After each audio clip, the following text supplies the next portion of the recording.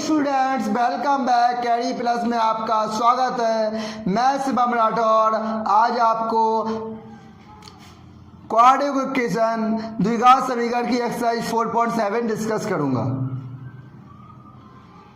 तो सवाल को स्टार्ट करते। पहला सवाल है हमारा, ऐसी दो संख्याएं ज्ञात कीजिए जिनका योग 27 हो और गुणनफल 182 हो। अब दो संख्याएं 27 हो, हमने माना कि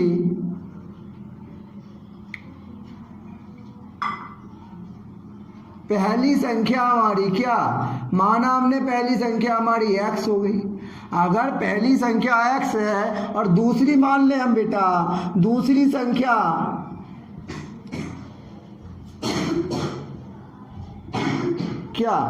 y मान ले। अब यहां से हम करें जिनका योगफल 27 है, तो मतलब हम ये कह सकते हैं x प्लस वाई बराबर 27। ये हमारी पहली कंडीशन बन रही होगी। ठीक, अब है और उनका गुणनफल 182 है। गुणनफल का मतलब x और y का मल्टीपल कितना है, 182 है। ये सेकेंड कंडीशन बन रही होगी। अब निकालने वो संख्याएं क्या है, मतलब x और y का मान निकालना है। तो देखो क्या करें हमने आपको एक आइडेंटिटी बताई थी, एक ये फॉर्मूला बताया था कि x प्लस वाई का होल स्क्वायर माइनस के x माइनस के y का whole square equal to 4xy होता है। ये होता है। अब कहीं सर कैसे होता है, तो देखो इसको सॉल्व करो। ये होगा a square plus b square plus 2ab। इसको हम सॉल्व यहाँ करके देख लो, ये 4xy के बराबर होगा कि नहीं। देखो x square plus y square plus के 2xy। अब इसकी वैल्यू माइनस लगा दो। इसकी वैल्यू क्या, a square plus b square minus 2ab। ये बराबर 4xy के होता है कि नहीं। अब देखो x square plus y square plus 2xy, इससे करेंगे माइनस, हम करेंगे ये माइनस का हो जाएगा, ये प्लस का, ये माइनस के प्लस का हो गया। अब देखो इससे वाई स्क्वायर से y cancel out, x square से एक्स कैंसिल आउट, 4xy हमारा क्या आ गया, आंसर आया। तो ये आइडेंटिटी होती है। अब इससे देखो अब कितने हम आसान से लगा लेंगे। x प्लस वाई की वैल्यू हमें कितनी दी गई, कहेंगे 27 दी गई है। यहाँ हम x प्लस वाई की वैल्यू रख दें। x माइनस वाई की वैल्यू नहीं है, तो यही x माइनस वाई का स्क्वायर बराबर 4 ये रखा। x वाई की वैल्यू हमें कितना है, 182, हमने 182 रख दिया। अब 27 का स्क्वायर क्या होता है, 27 का स्क्वायर 729 होता है। या तो आप गुणा कर लो या आपको लर्न होना चाहिए 27 का स्क्वायर, या तो मल्टीपल कर लो। क्या होता है, 729 होता है। ये लिख लिया हमने, माइनस के x माइनस वाई का होल स्क्वायर। कितने स्टूडेंट है जिसको 13 तक स्क्वायर लर्न है। 4 का करेंगे, 4 दूनी 8, 4 32, 3 हासिल, 4 3 7, 728 हो गया। होना चाहिए हमें स्क्वायर। देखो 20 का जैसे 421 का 441, 22 का 484, 23 का 529, 24 का 576, 25 का 625, 26 का 676, 27 का 729, 28 का 784, 29 का 841, 30 का 900 याद है। तो इससे हमने ये निकाल लिया। अब देखो अब 729 हमारा यही रहा। अब ये वाला टर्म से यहाँ जाएगा, माइनस का हो जाएगा, equal to x minus y का होल स्क्वायर। अब ये बताओ 729 में 728 जाएंगे तो क्या बचेगा, 1 बचेगा बराबर x माइनस का वाई का होल स्क्वायर। अब हमें ये बताओ, यहाँ मैं कर रहा हूँ समझिएगा। अब ये x माइनस वाई का होल स्क्वायर है, अगर ये रूट चढ़ जाएगा तो क्या आ जाएगा, x माइनस वाई। मतलब x माइनस वाई की वैल्यू क्या आ गई, 1 आ गई। क्या आ गई, 1। तो ये इक्वेशन हमारी क्या हो गई, थर्ड हो गई। अब हम क्या कर रहे हैं समझिएगा, इसको इरेज कर दें। अब हम समीकरण फर्स्ट और थर्ड को ले रहे हैं। समीकरण फर्स्ट एंड थर्ड से अब देखो क्या, x प्लस वाई बराबर 27 और x माइनस वाई बराबर 1, इनको हम जोड़ दें तो जोड़ देंगे तो ये कैंसिल आउट हो जाएंगे। 2x बराबर कितना हो गया 27 और 1 28, x की वैल्यू कितनी आ जाएगी 28/2, x की वैल्यू हमारी कितनी आ गई 14 आ गई, x की वैल्यू आई 14 आ गई। अगर x की वैल्यू 14 आ गई तो इसमें रख दो, x का मान समीकरण 1 में रखने पर, x का मान समीकरण 1 में रखने पर, अगर 1 में रखेंगे तो y का मान आ जाएगा। देखो x प्लस वाई बराबर 27 है, x बराबर 14 रखेंगे तो y बराबर 27, तो y बराबर 27 माइनस 14, y बराबर क्या 13। x और y आ गए हमारे 14 और 13। अब निकालनी थी पहली संख्या, तो पहली संख्या मानी थी क्या हमने x मानी थी, तो क्या आ गई पहली संख्या हमारी क्या हो जाएगी 13, 14 14 और सेकंड क्या हो जाएगी हमारी 13, यही निकालनी थी। तो लिख देंगे हम पहली संख्या हमारी 14 होगी और दूसरी क्या होगी 13 होगी, तो हमारा पहला आंसर हो गया। अब दूसरे सवाल की ओर चले तो सेकंड सवाल हमारा, दो क्रमागत धनात्मक पूर्णांक ज्ञात करो जिनके वर्गों का योगफल 365 हो। तो माना दो धनात्मक पूर्णांक, माना दो क्रमागत, क्रमागत का मतलब समझते हैं जो क्रम से आते हो, माना दो क्रमागत धनात्मक पूर्णांक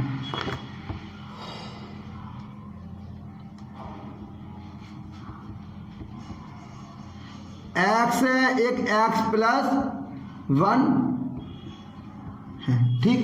अब कहा है इनके वर्गों का योगफल 365 है, मतलब x इसका योग वर्ग प्लस इसका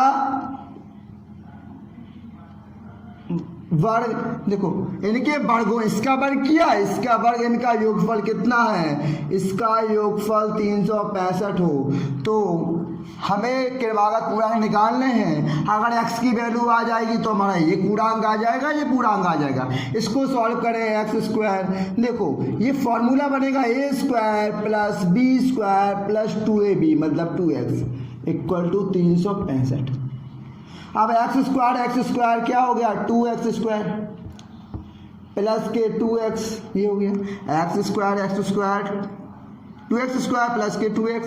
अब प्लस 1 ये रहा, ये आया माइनस के 365 बराबर 0। अब बताओ हमें 2x स्क्वायर ये रहा, 2x ये रहा, माइनस के 364 बराबर 0। अब पूरे इक्वेशन में हम 2 से क्या कर दें भाग कर दें, तो x square plus x minus के 2 एकम 2 16 हो गया, 2 और 16 182, ये आ गया। 2 से पूरे में हमने क्या कर दिया 2 से पूरे में भाग कर दिया। अब सॉल्व कर लें, 182 के फैक्टर ऐसे करने हैं हमें 1 आ जाए। 182 के पहले आप फैक्टर करें, हम 2 से करेंगे, 2 ने 18, 2 एकम 2, 13 7 51, 7 एकम 7। फैक्टर देखो, हाँ 7 दूनी 14 और 14 में 1 जाएगा 13 हो जाएगा। तो x स्क्वायर प्लस के 14x माइनस के 13x माइनस के 182 इक्वल टू 0 कर दें।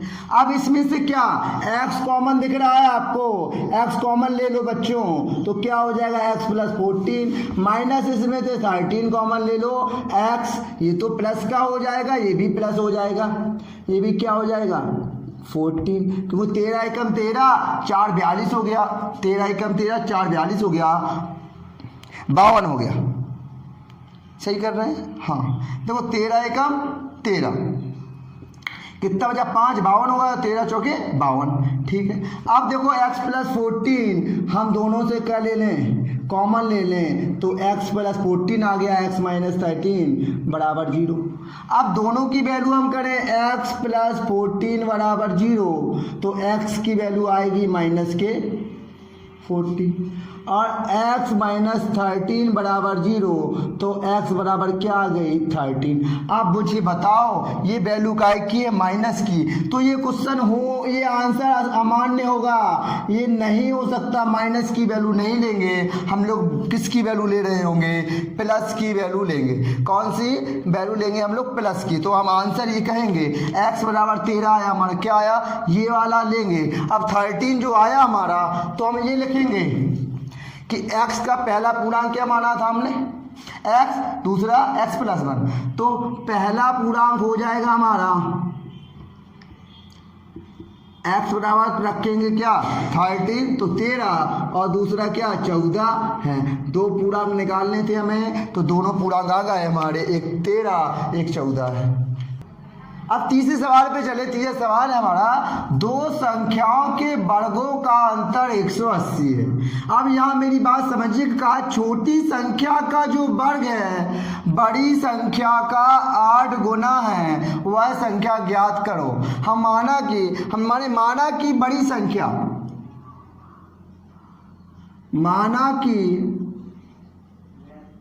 बड़ी संख्या क्या मान ली हमने बेटा? x है। अब बड़ी संख्या x है, यहाँ कहा गया छोटी संख्या का वर्ग बड़ी संख्या का 8 गुना है, तो हम माने बड़ी संख्या का वर्ग मान लें हम। बड़ी संख्या का वर्ग, बड़ी संख्या का वर्ग क्या हो जाएगा?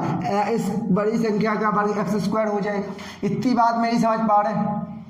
आपका छोटी संख्या का वर्ग, अब छोटी संख्या का वर्ग देखो, छोटी संख्या का वर्ग कहा गया था क्या? वर्ग बड़ी संख्या का 8 गुना है। बड़ी संख्या x मानी थी, तो क्या हो जाएगा? बड़ी संख्या 8x हो जाएगी कि नहीं? ये बात बताओ कि छोटी संख्या हमारी 8x हो जाएगी। कहा छोटी संख्या का जो वर्ग है बड़ी संख्या का 8 गुना है, तो 8x हो गया। अब देखो कहा गया कि दो संख्याओं के वर्गों का अंतर कितना है? 180 है। अब बड़ी संख्या है, इसका हम वर्ग करें x², बड़ी संख्या का क्या हो जाएगा x²। छोटी संख्या क्या है? ये हमारी वर्ग है, छोटी संख्या का वर्ग हम निकाल चुके हैं, क्या है 8x। इनका अंतर कितना आया है? अकॉर्डिंग टू क्वेश्चन, प्रश्नानुसार कहा गया ये कि कहा गया दो संख्याओं के वर्गों का अंतर। इसका तो वर्ग हमने निकाला x², ये तो हमारा वर्ग था ही छोटी संख्या का वर्ग 8x, ये 180 के बराबर। अब हम क्या कर लें, ये क्वाड्रेटिक इक्वेशन बन जाए। x² माने 8x, 180 यहाँ आएगा बराबर 0। 180 के ऐसे फैक्टर करने हैं कि 8 आ जाए, तो 10 और 8 10 180 करने हैं, तो क्या 10 18 और 10 कर लें। 18 में 10 जाएगा 8 और 18 1000 में 180, तो क्या कर सकते हैं सॉरी x यहाँ रख के हम लिखें 10 माइनस 18 माइनस 10 माइनस 180 बराबर 0। अब x² माइनस के 18x प्लस के 10x माइनस के 180 बराबर 0। अब इसमें से हम कॉमन ले लें क्या? x कॉमन लेंगे तो क्या हो जाएगा? x minus 18। यहाँ हम 10 कॉमन लेंगे तो क्या हो जाएगा? x माइनस 18 बराबर 0। अब दोनों में x माइनस 18 हम क्या ले लें? कॉमन ले लें। देखो तो बचा x प्लस 10 बराबर 0। अब देखो हम दोनों की वैल्यू 0 के बराबर करें तो x बराबर आ गया 18 और x प्लस 10 बराबर 0। हमने कहा माइनस का चिन्ह वाला हम नेग्लेक्ट कर देंगे, इससे क्या कर दें? इससे अमान्य कर दें। माइनस के चिन्ह वाला नहीं लेंगे, हम प्लस के चिन्ह वाला लेंगे। ये संख्या लेंगे हम x बराबर 18। अब बड़ी संख्या निकालें हम। बड़ी संख्या हमारी क्या हो जाएगी? बड़ी संख्या हमारी ये है, माना था हमने बड़ी संख्या हमारी आ जाएगी x मानी थी, तो बड़ी संख्या हमारी आ गई कितनी, 18 आ गई। क्या आ गई, 18 आ गई। अब हम छोटी संख्या का वर्ग निकालें। छोटी संख्या का वर्ग क्या आ जाएगा, छोटी संख्या का वर्ग दिया, वर्ग का मतलब समझते हैं, हो स्क्वायर कितना है, 8 रखा और x है, 8x है, x की वैल्यू रख दे, x की वैल्यू हम निकाल चुके हैं 18, और 18 अट्टे कितना होता है 144। अब बताओ जो 144 छोटी संख्या का वर्ग है, अगर छोटी संख्या का वर्ग है, अगर हम छोटी संख्या निकालें, अगर वर्ग होता है तो आपको पता है यहाँ जाता है तो वर्गमूल चढ़ जाता है कि नहीं, तो छोटी संख्या कितनी आ जाएगी, तो मेरी छोटी संख्या प्लस माइनस के 12, आपको पता है 144 का वर्गमूल क्या होता है, प्लस माइनस 12, ये आंसर हो जाएगा। हम चौथे सवाल की ओर चलें। चौथा सवाल क्या है कि एक प्रकाश संख्या में जब 12 की वृद्धि की जाती है तो वह अपने व्युत्क्रम के 160 गुणे के बराबर हो जाती है, वह संख्या ज्ञात करो। हम करेंगे, माना कि वह संख्या, माना कि वह प्राकृतिक संख्या x है, देखो माना कि वह है प्रगत संख्या कितनी है, x है। अब x हो गई प्रगत संख्या। अब कहा गया प्रश्नानुसार, कहा गया प्रश्न के अनुसार,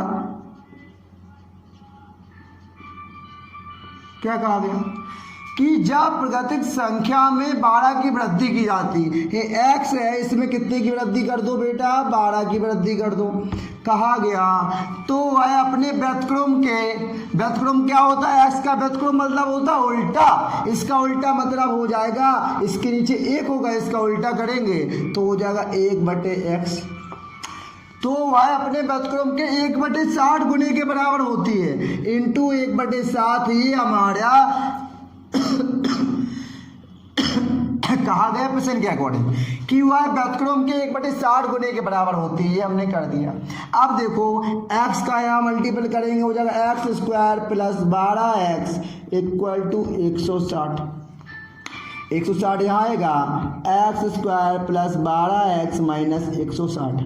अब 12 मतलब 160 के हमें ऐसे फैक्टर करने हैं कि क्या आ जाए, 12 आ जाए। तो देखो ये कर लें क्या, देखो 160 पहले लिख लो, करते जाओ, 2 करेंगे 80, 2 40, 2 20, 2 10, 5, 5 दूनी 10, 10 दूनी 20, हाँ, और 2 दूनी 4 दूनी 8, 20 में हम 8 घटाएं तो देखो 12 आ रहा है, और गुणा कर रहे हैं तो गुणा कर रहे हैं तो 160 आ रहा है, तो फैक्टर बन सकते हैं 20 और 8। तो हम x² बराबर प्लस 20x में से 8x घटा दें तो 12x आएंगे, कोई दिक्कत, माइनस के 160 बराबर 0।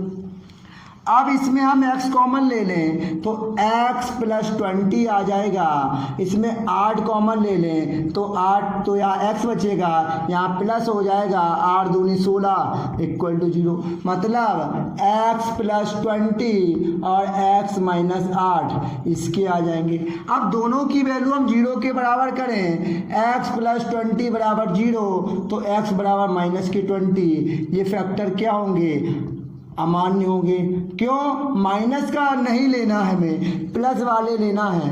अब x माइनस 8 की वैल्यू 0 के बराबर करें तो x की वैल्यू 8 आ जाएगी, तो ये फैक्टर ले लेंगे।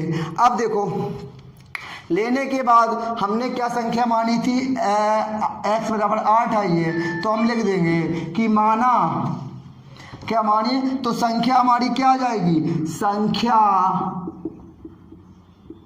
कितनी होगी, 8 होगी। जो प्राकृतिक संख्या होगी वो क्या होगी, 8 होगी। ठीक, आंसर हमारा हो जाएगा। 5वें सवाल पर चलते हैं। ऐसा सवाल हम पीछे एक्सरसाइज में कर चुके हैं, फिर भी आया है। तो देखो क्या है, मैसूर और बेंगलोर के बीच 132 किलोमीटर की यात्रा करने में एक एक्सप्रेस रेलगाड़ी सवारी गाड़ी से 1 घंटा समय कम लेती है। मतलब समझिएगा, मतलब मैसूर है और बेंगलोर है, तो मान लो ये स्थान है, ये और ये एक इनका, ये मान लो मैसूर हो गया और ये बेंगलोर हो गया, ये बेंगलोर हो गया। बेंगलोर, इन दोनों की बीच की दूरी कितनी है ये बताओ। इन दोनों की बीच की दूरी कहा जा रहा 132 किलोमीटर, कितना है 132 किलोमीटर, ठीक है। की यात्रा करने में एक एक्सप्रेस रेलगाड़ी सवारी गाड़ी से 1 घंटा कम लेती है। हम माना कि सवारी गाड़ी की औसत चाल, हम एक्स मान लें, माना कि सवारी गाड़ी की औसत चाल क्या है, x किलोमीटर प्रति घंटा, ठीक। मतलब क्या कि सवारी गाड़ी है उसकी औसत चाल x किलोमीटर। अब ये कहा गया कि ये कहा गया कि मध्य के स्टेशनों में ठहरने का समय ना लिया जाए, उसके समय को नेग्लेक्ट कर दें, तो एक्सप्रेस रेलगाड़ी की चाल सवारी गाड़ी की चाल से 11 किलोमीटर प्रति घंटा देखें। सवारी गाड़ी की चाल इतनी है, अगर हम कहें एक्सप्रेस रेलगाड़ी की औसत चाल कितनी हो जाएगी, एक्सप्रेस रेलगाड़ी की औसत चाल, एक्सप्रेस रेलगाड़ी की औसत चाल x + 11 किलोमीटर प्रति घंटा हो जाएगी कि नहीं, क्योंकि कहा गया 11 अधिक है, मतलब सवारी गाड़ी कितनी और एक्सप्रेस गाड़ी की x + 11। अब हमें बताओ, ये फॉर्मूला आपने पढ़ा है कि चाल बराबर समय निकालना हो कि चाल बराबर दूरी बटे समय, ये होता है फॉर्मूला। अगर हमें समय निकालना हो तो समय बराबर क्या हो जाएगा, समय बराबर हो जाएगा दूरी बटे चाल, क्या हो जाएगा, दूरी बटे चाल। अब देखो हम कहेंगे अब सवारी को कितना समय लगा, सवारी गाड़ी को कितना समय लगा, एक्सप्रेस गाड़ी को कितना समय लगा, ये हम दोनों निकाल लें। हम लिखें सवारी गाड़ी द्वारा 132 किलोमीटर दूरी तय करने में लगा समय। लिखो सवारी गाड़ी द्वारा 132 किलोमीटर की दूरी तय करने में लगा समय। तो क्या हो जाएगा, समय बराबर क्या बताया हमने, तो समय बराबर दूरी बटे चाल। दूरी कितनी है, हमारी दूरी है 132 किलोमीटर। यहाँ मैं रेट से लिख रहा हूँ, ये आपको समझ में अच्छा है, 132 अपॉन और हमारी चाल कितनी है x, ये समय लगा। अब हम कहें एक्सप्रेस रेलगाड़ी द्वारा 132 किलोमीटर की दूरी तय करने में कितना समय लगेगा, एक्सप्रेस गाड़ी द्वारा 132 किलोमीटर की दूरी तय करने में लगा समय। तो हम कहेंगे ये हो जाएगा हमारा x प्लस कि 132 बटे x + 11। अब एक चीज अकॉर्डिंग टू प्रश्नानुसार कही गई है, उसको देखना है। प्रश्नानुसार क्या कहा गया, अकॉर्डिंग टू क्वेश्चन। देखो कि मैसूर और बेंगलोर के बीच 132 किलोमीटर यात्रा करने में एक्सप्रेस रेलगाड़ी सवारी गाड़ी से 1 घंटे कम समय लेती है। मतलब 132 बटे x + 11 और बराबर 132 बटे x - 1। अब बताओ कौन कम समय लेती है, ये बताओ। हम बताओ जिसकी चाल ज़्यादा होगी वो कम समय लेगी, ये कम समय लेगी, पर ये क्या लेगी, ये ज़्यादा समय लेगी, लेकिन दोनों का ये कम समय लेगी, लेकिन दोनों की तब हमें बराबर समय करना है, तो इसमें कम समय कर दें तो दोनों का समय क्या हो जाएगा, दोनों का समय बराबर हो जाएगा।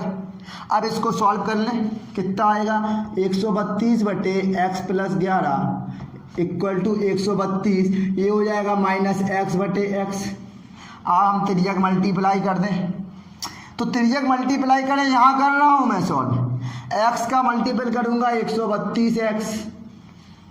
अब इसके मल्टीप्लाई कर रहे होंगे हम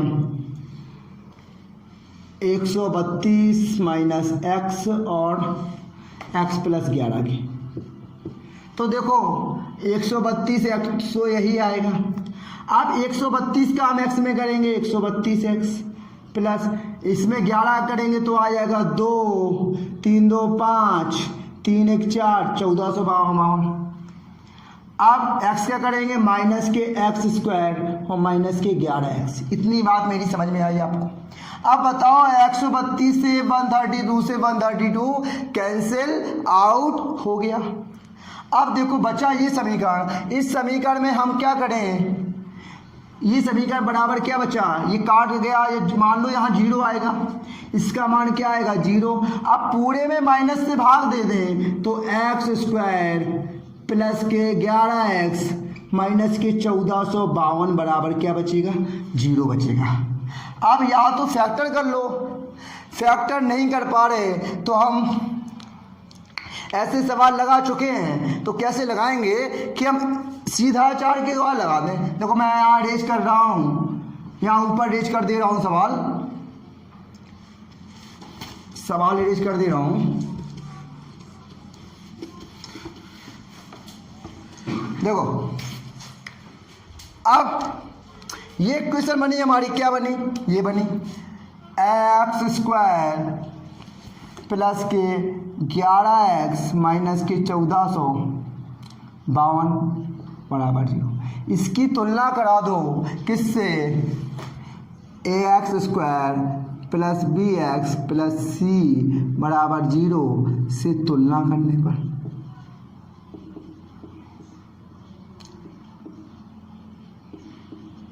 तुलना करेंगे तो a की वैल्यू कितनी आ जाएगी 1, b की वैल्यू 11 और c की वैल्यू माइनस के 1452 आ गई। अब हम क्या करेंगे, अब देखो वही करेंगे, इसमें विभक्त कर लगाएंगे, विभक्त कर लगा दें तो क्या लगाएंगे द्विघाती सूत्र लगा दें। तो होता क्या है द्विघाती सूत्र,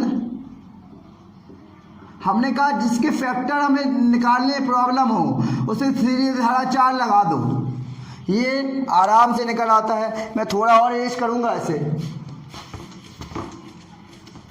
सवाल बड़ा है लेकिन अच्छा सवाल है, ऐसे सवाल पूछा जाता है। Minus b plus minus root b square minus 4ac upon 2a। अब माइनस रखा, माइनस बी की value minus 11 plus minus b square, b की वैल्यू कितनी है 11, इसका स्क्वायर माइनस 4, ए कितना है हमारा 1 और बी कितना है माइनस के 1452 अपॉन 2, ए कितना है 1।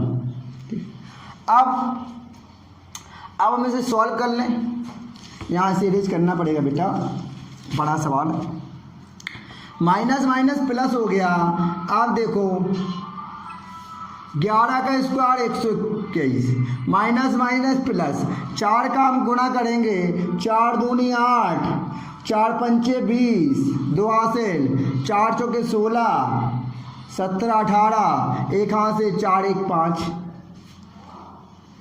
बटे 2, ये हो गया।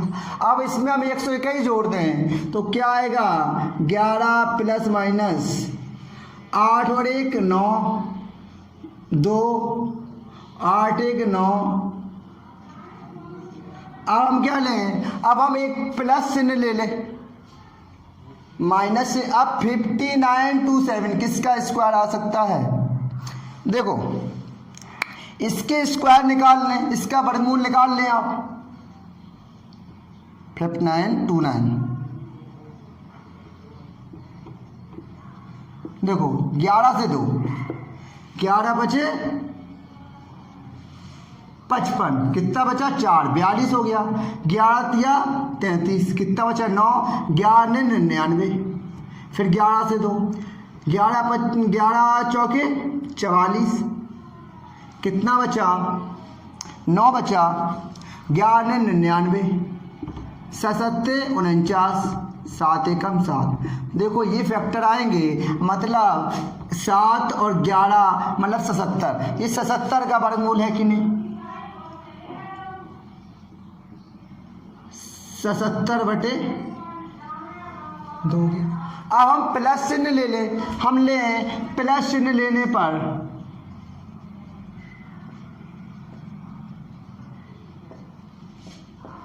x बराबर, यहाँ प्लस लेंगे x प्लस 77 बटे 2, तो हो जाएगा 7 और 1 8, 88 बटे 2 44, एक हमारा 44 आ गया। अब हम ले लें माइनस चिन्ह लेने पर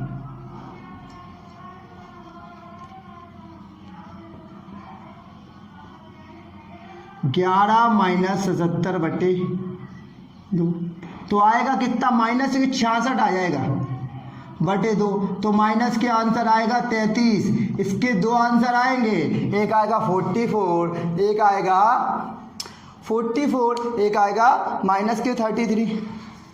ये बात सही है। अब हम ये बात बताओ हमें, ये माइनस का था, ये क्या था बी, हमने माइनस, ये प्लस का था, अभी बी क्या प्लस का है, तो ये माइनस आएगा, ये माइनस आएगा, माफ कीजिएगा ये माइनस होगा। अब यहाँ माइनस करेंगे तो क्या हो जाएगा, अब यहाँ माइनस तो उल्टा हो जाएगा, यहाँ आएगा 66 बटे 2 33, ये आंसर होगा प्लस का, यहाँ माइनस हो जाएगा तो माइनस के 88 हो जाएंगे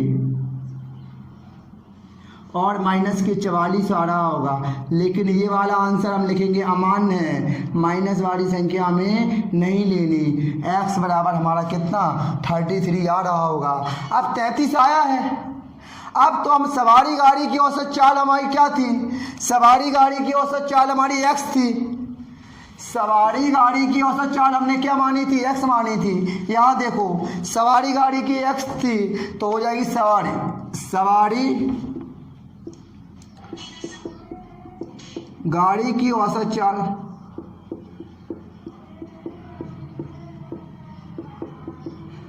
33 किलोमीटर प्रति घंटा। और एक्सप्रेस रेलगाड़ी की चाल क्या थी, एक्सप्रेस रेलगाड़ी की औसत चाल थी हमारी x प्लस 11, तो 33 रखेंगे, 33 और 11 44 किलोमीटर प्रति घंटा हमारे ही दो आ जाएंगी।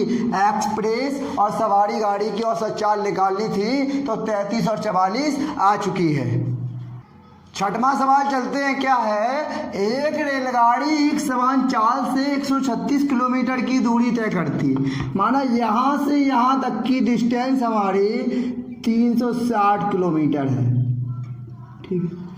यदि वह मान लो एक रेलगाड़ी है वो x किलोमीटर से जा रही थी पहले, यदि उसकी चाल अब कहा जा रहा कि 5 किलोमीटर बढ़ा दी जाए, x प्लस 5 किलोमीटर प्रति घंटा हो जाए, तो वह उसी यात्रा को 1 घंटा कम लेती है, तो 1 घंटा ये कम लेगी। जब किसी की चाल ज़्यादा होगी तो बताओ उसमें टाइम समय कम लगेगा, इसकी चाल कम होगी तो उसे टाइम क्या लगेगा, ज़्यादा लगेगा। हम करेंगे माना कि रेलगाड़ी की चाल, समझे, हम माना कि रेलगाड़ी की चाल क्या मान लें, x किलोमीटर प्रति घंटा। अगर ये चाल है, अगर ये x की चाल से चले तो 360 किलोमीटर की दूरी तय करने में कितना समय लगे, हमने बताया था समय बराबर क्या हो जाएगा, तो समय बराबर आप कहेंगे दूरी बटे चाल, अभी आपने फॉर्मूला बताया था ये होता है। अब देखो ये कहा माना रेलगाड़ी की चाल हमने 8 किलोमीटर प्रति घंटा मानी, यदि कहा रेलगाड़ी की चाल 5 किलोमीटर अधिक होती तो 5 किलोमीटर अधिक करने पर क्या हो जाएगी चाल, 5 किलोमीटर प्रति घंटा अधिक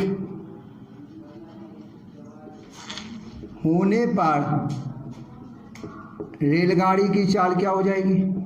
अब चाल क्या हो जाएगी, तो आप कहेंगे इसमें 5 जोड़ दो, x प्लस 5 किलोमीटर प्रति घंटा। अब ये चाल आ गई। अब ये रेलगाड़ी बताओ, हम ये निकाल लें कि रेलगाड़ी द्वारा 360 किलोमीटर दूरी तय करने में लगा समय। अब देखो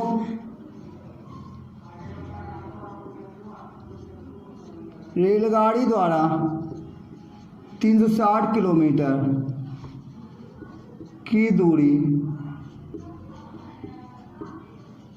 तय करने में लगा समय। क्या होगा समय, तो हम कहेंगे इस समय हो जाएगा, समय बराबर बताया मैंने दूरी बटे चाल, तो दूरी कितनी है 360, चाल कितनी है पहले x। अब ये समय लगा। अगर 5 किलोमीटर अधिक हो जाए तो हम निकालें क्या, रेलगाड़ी द्वारा 360 किलोमीटर तय करने में इसका समय निकालें। रेलगाड़ी द्वारा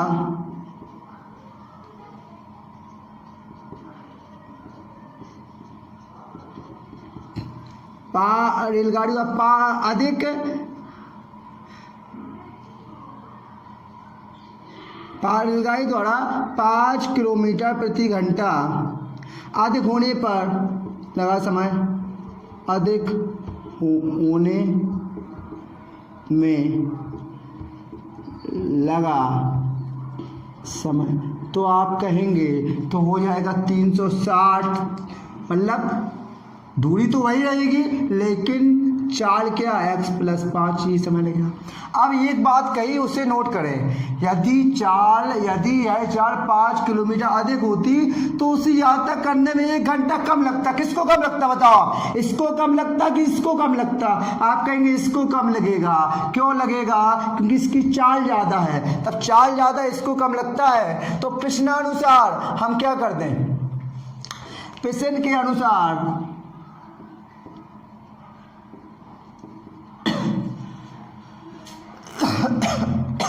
दोनों को समय ले, दोनों का समय ले। अब बताओ 1 घंटा हम किस में घटाएं, ये बताओ 1 घंटा हम किस में घटाएं, इसमें घटाएंगे हम। कहोगे सर इसमें तो कम लग रहा है, इसमें क्यों घटाया जा रहा। दोनों इक्वेशन को बराबर करना है। मेरे पास 50 रुपये है, किसी के पास 100 रुपये हैं, दोनों को बराबर करना है। तो बताओ किस में जोड़ना पड़ेगा, कम वाले में जोड़ना पड़ेगा।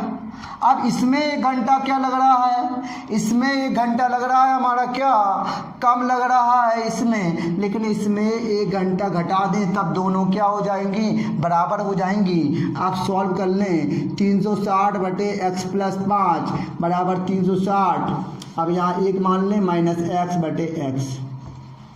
अब हम त्रिज्यक मल्टीप्लाई कर दें तो क्या हो जाएगा, यहाँ कर लें, देखो इधर क्या आएगा 360x बराबर इसका मल्टीप्लाई होगा x प्लस 5 और 360 minus x। 360x equal to x का मल्टीप्लाई करेंगे 360x minus x square plus के 5 से करेंगे 0, 5 जगह 30, 3 हासिल, 5 दिया 15, 3 18 माइनस के 5x, यही हो जाएगा। अब बताओ हमें, ठीक है। अब 360 से 360x कैंसिल हो गए। अब ये बचा, इसमें से हम पूरे में से माइनस भाग दे दें तो हो जाएगा एक्स स्क्वायर, ये हो जाएगा प्लस के 5x और माइनस के 1800 बराबर 0। अब ये बात समझ में आई आपको।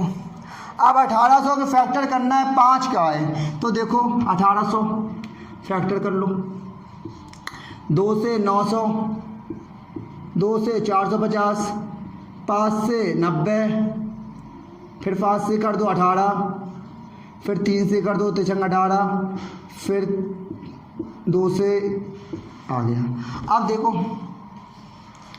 अब हम क्या करें समझिएगा, 3 तिरका 9, 9 पना 45, ठीक है। अब देखो 2 पंचे 10, 10 दूनी 20, 20 दूनी 40, मतलब 45 में 40 जाएगा, 5 आएगा और गुणा करेंगे तो 1800 आएगा।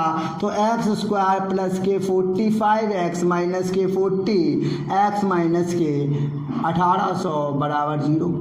अब इसमें x कॉमन ले लें हम, तो x प्लस 40 माइनस 40 कॉमन ले लें, x प्लस 45 बराबर 0। अब एक कोष्टक में x प्लस 45, एक कोष्टक में x माइनस 10 x माइनस 40 बराबर 0।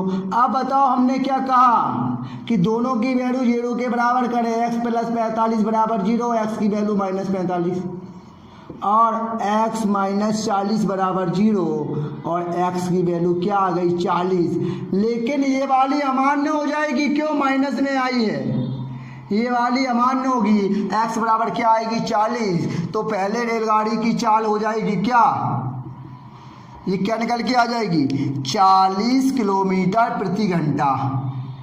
यही हमें निकालना था, रेलगाड़ी की चाल निकालनी थी, तो 40 किलोमीटर प्रति घंटा आ गई।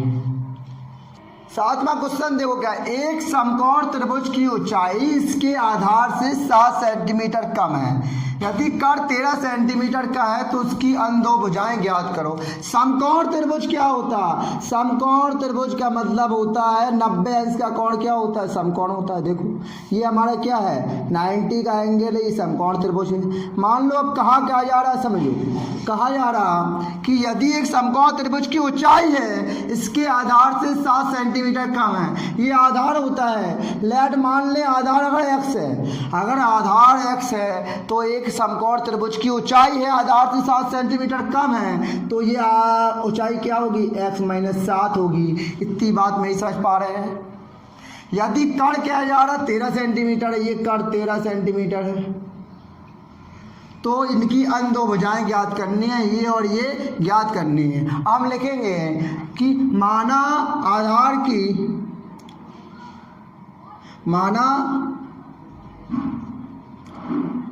समकोण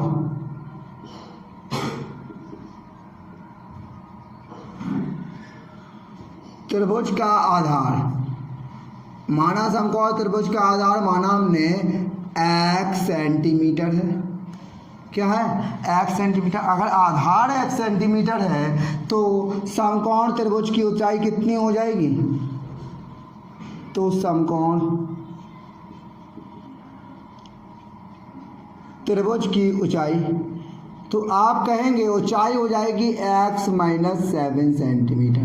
और कर्ण तो हमें दिया गया है, कर्ण कितना है 13 सेंटीमीटर। अब पाइथागोरस प्रमेय पढ़ी है आपने, पाइथागोरस प्रमेय होती क्या है, देखो समझो, पाइथागोरस प्रमेय,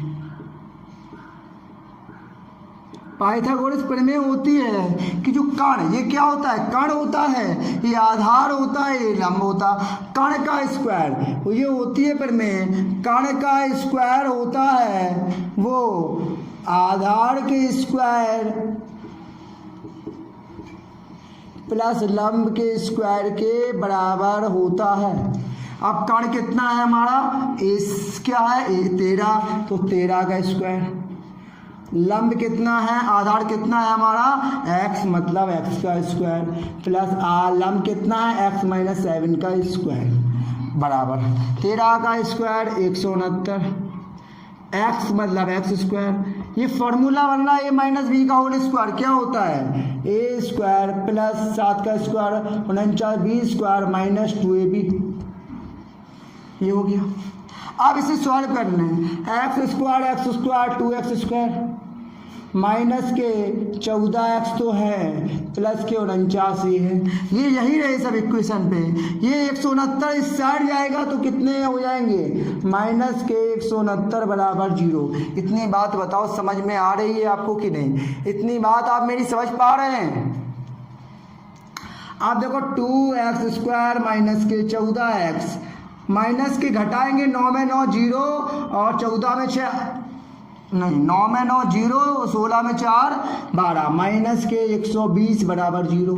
अब देखो सब में 2 का भाग दे दो, सब में 2 से भाग दिया जा सकता है, तो x स्क्वायर माइनस के 7x माइनस 60 बराबर 0। 60 के फैक्टर हमें 7 लेके आने हैं, तो हम क्या कर सकते हैं, तो समझें 60 के 12 पंचे 60, कर लें, 12 पंची 60 और 12 में 5 जाएंगे 7 आ जाएगा। तो हम लिख सकते हैं x square minus x 12 minus 5 minus 60 बराबर 0। आप करेंगे एक्स स्क्वायर माइनस के 12x प्लस के 5x माइनस 60 बराबर 0। ये आ गया।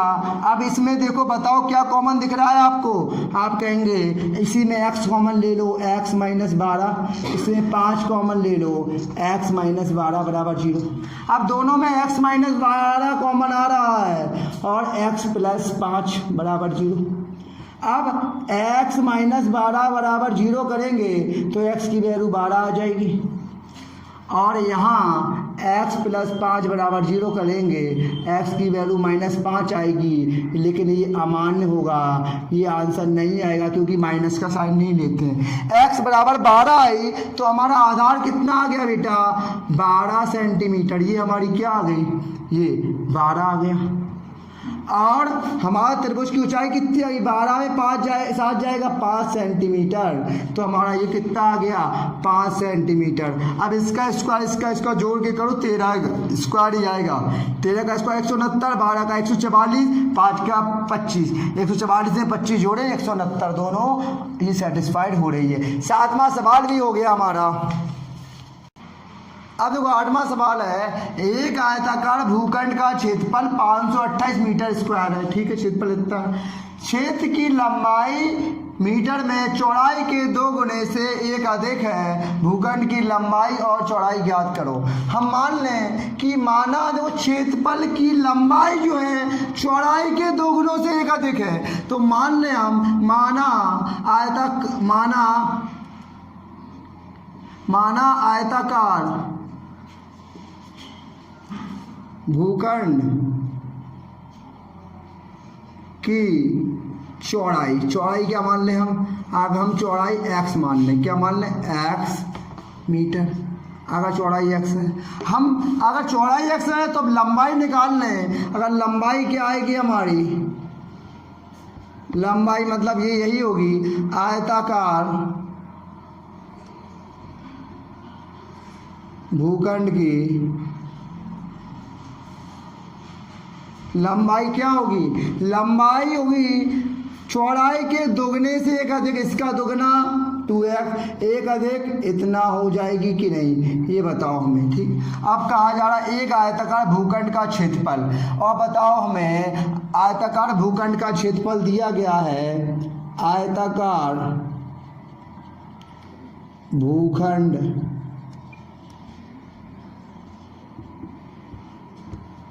का क्षेत्रफल होता क्या है 528 मीटर स्क्वायर। क्षेत्रफल क्या होता है, लंबाई गुणे चौड़ाई, लंबाई गुणे चौड़ाई। अब बताओ बराबर है 528। लंबाई कितनी है हमारी 2x प्लस 1, चौड़ाई कितनी है x बराबर 528। इतनी बात समझ में, लंबाई हमारी है चौड़ाई हमारी है बराबर 528। x का गुणा करेंगे तो 2x स्क्वायर प्लस के x, ये आ जाएगा माइनस के 528 बराबर 0।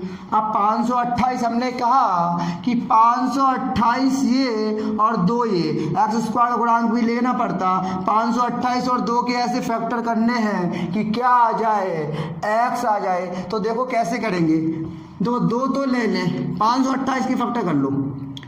देखो 2 से करेंगे तो क्या आएगा, पहले 2 और इसका गुणा करेंगे, 2 8 16, 2 दूनी 4 1 5, 528 दूनी क्या होता है 1056, 2 16 2 4 5। हाँ, आप करेंगे 2 पंचे 10, 2 दूनी 4, 2 चौके 8, 2 दूनी 4, 2 छक 12, 2 चौके 8, 2 एकम 2, 2 तिया 6, 2 दूनी 4, 66 हो जाएंगे, 33 हो गया, 11 हो गया, 11 तिया 33, 2 दूनी 4 दूनी 8 दूनी 16 दूनी 32। हाँ, 32 में अगर हम 32 में हम 33 घटाएंगे तो x आएगा और गुणा करेंगे तो 1056 आ जाएगा। तो हम ले सकते हैं 2x² प्लस 33x माइनस के 32x माइनस 528 बराबर 0। अब इसमें से क्या कॉमन ले लें बताओ, इसमें से x कॉमन दिख रहा है, इसे x कॉमन लेंगे तो 2x प्लस 33। इसमें से क्या हम ले लें, इसमें से 16 कॉमन ले लें तो आएगा x या प्लस हो जाएगा, ये आएगा 33 बराबर 0। देखो 16 तिया 48, 4 आया फिर 48 हो गया, 16 तिया 48 बराबर 0। अब दोनों से यहाँ 16 दूनी 32 2x आएगा। अब दोनों से 2x प्लस 30 फिर से कॉमन दिख रहा है हमें, इतना ध्यान दीजिएगा, x माइनस 16 बराबर 0।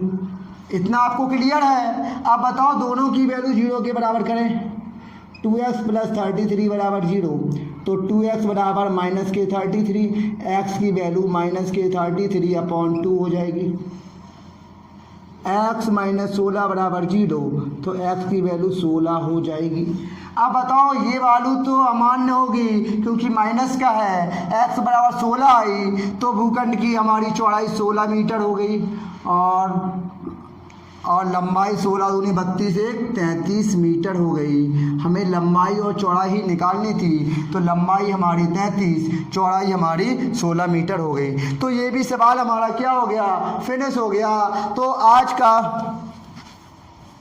लेक्चर यहीं तक रखते हैं, 8 सवाल तक। ये काफ़ी लेंथी चैप्टर है, 20 सवाल है, 8 सवाल हो चुके हैं, कल इसके आगे डिस्कस करेंगे। आई होप आपने आज के सेशन को अच्छे से एंजॉय किया होगा और अगर आपको सेशन अच्छा लगा हो तो लाइक ज़रूर कीजिएगा।